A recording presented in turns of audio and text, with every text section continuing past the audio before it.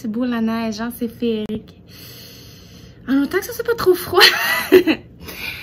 Bonjour et bon matin. Bienvenue à la microferme d'Annie. Mon nom c'est Annie. Aujourd'hui, je voulais vous parler de quelques petits trucs que moi j'utilise et certains que j'utilise pas parce que c'est pas possible pour m'aider à être le plus proche possible de l'autosuffisance ou de diminuer les coûts de la facture au niveau de la nourriture. Donc, je vais vous donner mes petits trucs.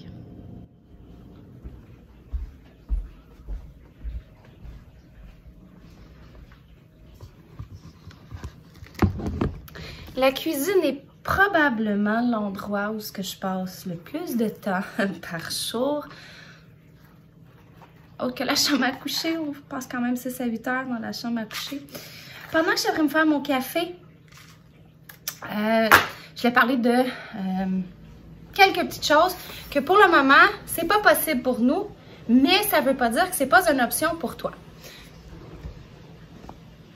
La chasse et la pêche.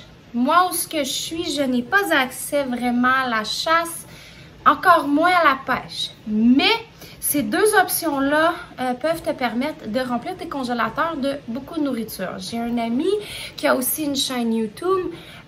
Son nom c'est Rémi. Il a eu l'opportunité de chasser un orignal cette année et remplir son congélateur. Et de la viande sauvage, c'est de la viande qui est comme nourrie au pâturage. Donc, c'est une viande d'une excellente qualité. Et la pêche, bien, vous pouvez choisir ce que vous voulez pêcher. Donc, si vous aimez un type de poisson plus qu'un autre, bien, vous allez selon où ce que vous êtes situé dans le monde, parce qu'on n'a pas toutes les mêmes réglementations, puis vous allez pêcher les poissons qui vous intéressent. Pas parce que vous le faites pas, que c'est pas une possibilité que vous pouvez pas envisager. Vu que nous, on est trop loin pour aller chasser, trop loin pour aller pêcher, bien, on a exclu pour le moment cette possibilité-là parce que ça serait un voyage de pêche, un voyage de chasse, puis pour nous, laisser la microferme pendant plusieurs jours, c'est complètement impossible. Donc, on a mis ça sur la glace, mais ça reste une possibilité. Quelque chose dans la même direction, tu as l'autocueillette, puis la cueillette en forêt.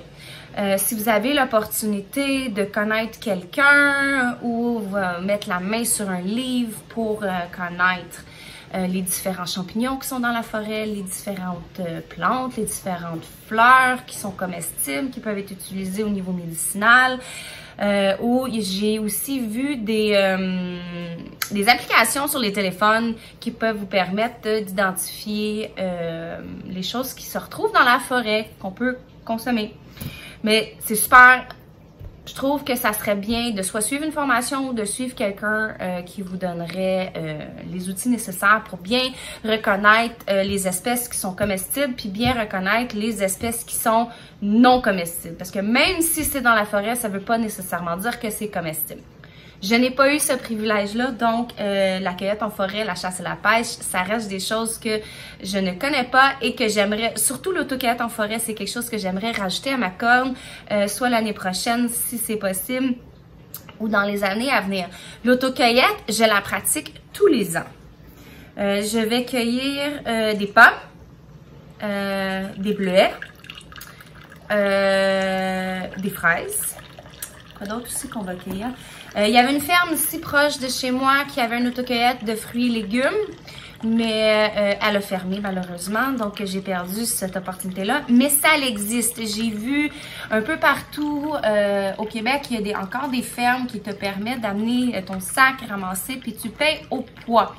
J'imagine que dans d'autres pays aussi, ça doit être quelque chose de possible. Une autre chose dans la même catégorie, c'est le troc. Je vais faire tel légume dans mon jardin si toi tu me donnes des œufs. C'est un exemple. Mettons, moi j'ai une abondance en œufs, mais je n'ai pas assez de tomates. On fait du troc. Du troc de semences, du troc d'élevage de viande, du troc de je vais faire de la rénovation chez toi. Moi j'ai besoin de poulet en grains, des œufs, tout ça. Puis ça reste que ça ne prend que votre temps. Donc, tout ce que je dis, c'est presque gratuit. Évidemment, la chasse, faut payer pour l'abattage et la coupe de la viande, mais ça reste que ça, en bout de ligne, c'est une économie. Maintenant, où est-ce qu'il faut investir?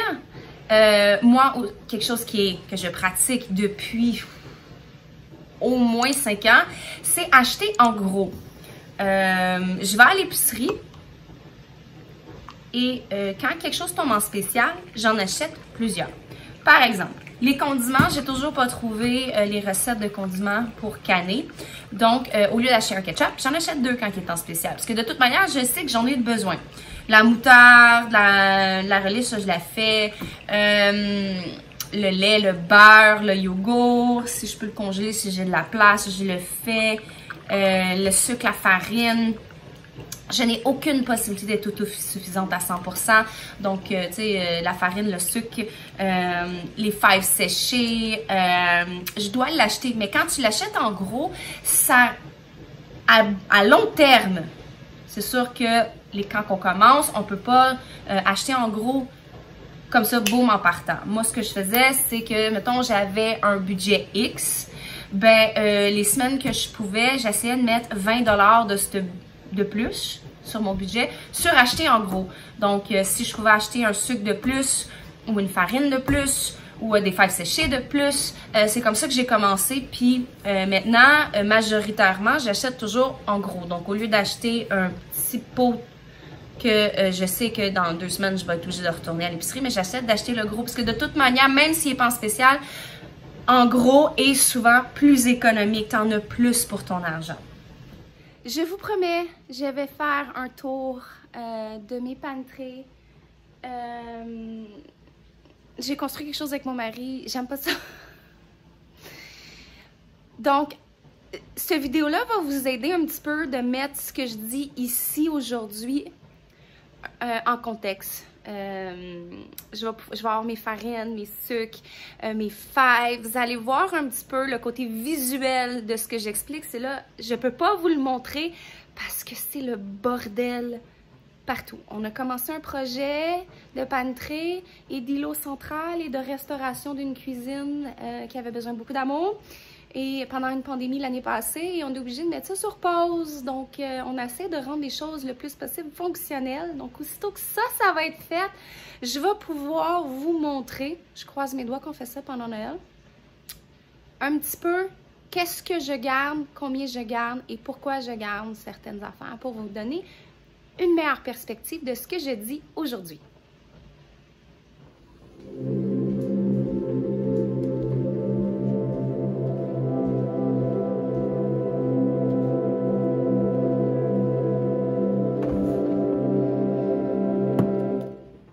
J'ai mon café, je peux continuer. Donc, tout ce que je viens de dire, c'est vraiment là, la base, là, mais ça vous donne une bonne idée. Puis, il y en a une que ça paraît un peu banal, basic, même sorti de contexte, mais je trouve que c'est important.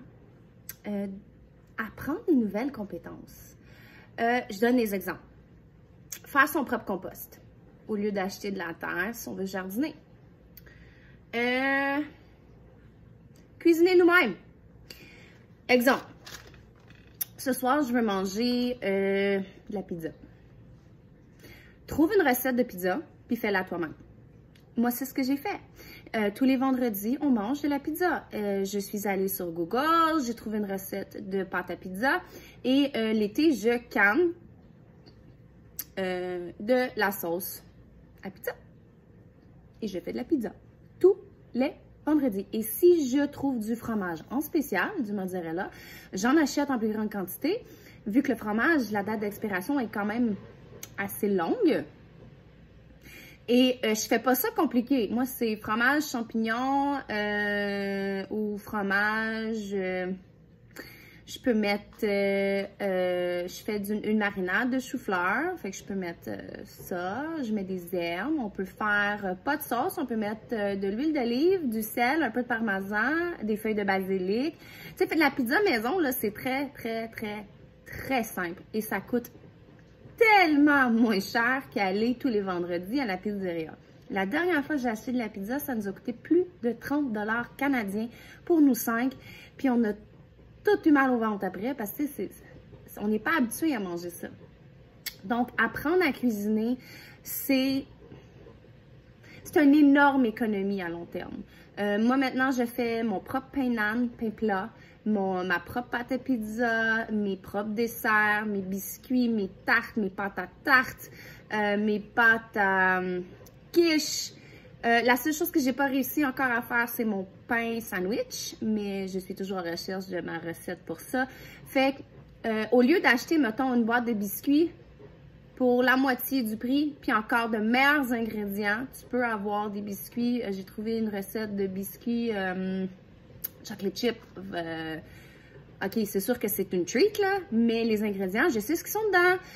J'ai de la farine blanche organique, j'ai du sucre brun organique, tu sais, je contrôle. Mes œufs viennent de chez moi. Donc, en bout de ligne, j'ai un meilleur produit, puis je mange, au lieu de manger de la cochonnerie, ben, je mange un meilleur produit comme la pizza. Je sais que c'est un mets gâterie, mais au moins, j'ai contrôlé les ingrédients que je consomme et c'est moins cher. D'autres exemples, préserver sa nourriture, soit apprendre à congeler, soit apprendre à, comme moi je fais, je calme ma sauce tomate, ma salsa, là je vais apprendre à utiliser mon autoclave pour mon bouillon de poulet, mettre des fèves séchées dans un pot maçon, déshydrater, il y a plusieurs méthodes de conservation pour préserver sa nourriture. Parce que si on trouve un deal ou une économie en quelque part, il faut savoir comment le préserver pour qu'il dure beaucoup plus longtemps, pour faire valoir chaque dollar qu'on dépense par rapport à s'alimenter. Mais tu sais, la liste de ça est super longue, comme apprendre à élever des poulets à grains, des poulets à chair, apprendre à faire le processus du début jusqu'à la fin, donc l'élever, faire l'abattage, l'apprêter et jusqu'à temps du congélateur, puis comment bien le conserver au congélateur. Ça, c'est plusieurs connaissances, mais vous allez avoir dans votre congélateur une meilleure viande pour moins cher. Mais tu sais, vous n'êtes pas obligé d'aller aussi dans cette direction-là. C'est toutes des possibilités pour vous aider à diminuer les coûts de la nourriture. Puis j'ai gardé le meilleur pour la fin, c'est jardiner. Avoir un jardin. Si vous n'êtes pas capable d'élever de la viande, mais élevez de la nourriture. Si vous n'êtes pas capable de stocker beaucoup de nourriture, parce que, vous êtes en appartement, manque de place, X, Y, Z raison, mais pendant l'été, vous êtes capable de sortir 4-5 bacs qui sont tout brisés, que vous mettez de la terre dedans, puis que vous réussissez à avoir toute votre basilic, toutes vos tomates cerises que vous consommez, votre propre salade, vous n'avez plus besoin d'acheter de salade, mais pendant l'été, vous allez avoir fait de l'économie. Que ça soit juste pendant quelques mois, c'est une économie pareille. Puis après ça, ben il y a des méthodes maintenant de faire des pousses à l'intérieur. Là, maintenant, j'avais un problème d'eau à ma ville, donc mon eau était non potable. Mais maintenant que mon eau est potable, je vais recommencer. Je sais que ça paraît un peu barbare, là, mais on a eu des problèmes de tuyauterie dans mon village. Maintenant que ça s'est réparé, j'ai mon setup de micro-pousses, je vais le refaire. Et les micro-pousses, vous pouvez le faire soit dans de la terre ou des pots maçons. Vous pouvez faire des radis, vous pouvez faire des choux, des betteraves, de la bêta-carbe, plein de choses. Puis c'est juste dans un pot maçon. Donc, mettons que vous faites une sandwich, vous achetez une tomate à l'épicerie, mettez de la mayonnaise que vous pouvez faire maison, parce que la mayonnaise maison, ça va coûter moins cher, vous voyez où est-ce que je vais venir, que celle que vous achetez à l'épicerie. Mettez de la mayonnaise, mettez de la tomate, du sel, du poivre, soit une épice, des tranches de basilic que vous avez fait pousser sur le bord de votre fenêtre, puis vous pouvez prendre cette micro-pousse-là, puis la mettre dans votre sandwich. et c'est un légume que vous mangez qui est encore plus concentré en nutriments que, mettons, si vous allez avec une micro-pousse de chou, que le chou en tant que tel, parce que au lieu d'avoir le nutriment à travers tout le plat, mais là, vous l'avez dans une petite micro-pousse. La vidéo peut durer très long, fait je pense que vous comprenez le principe.